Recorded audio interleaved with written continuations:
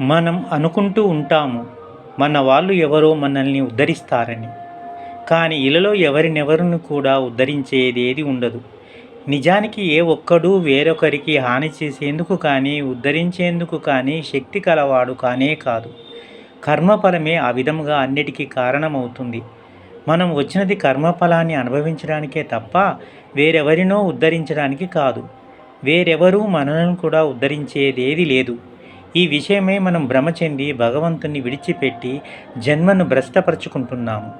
నిద్రలో చూసేది కేవలం కల్పితమే కదా. నిద్ర నుండి మేల్కొన్నప్పుడే నిజం కనిపిస్తుంది. ఇంతవరకును నిద్రించినది చాలు.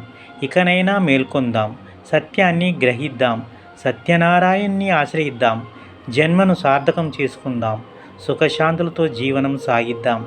ఈ కంటెంట్ నచ్చితే like, share, comment. Please subscribe my channel Karmayogi 789. Thanks for watching.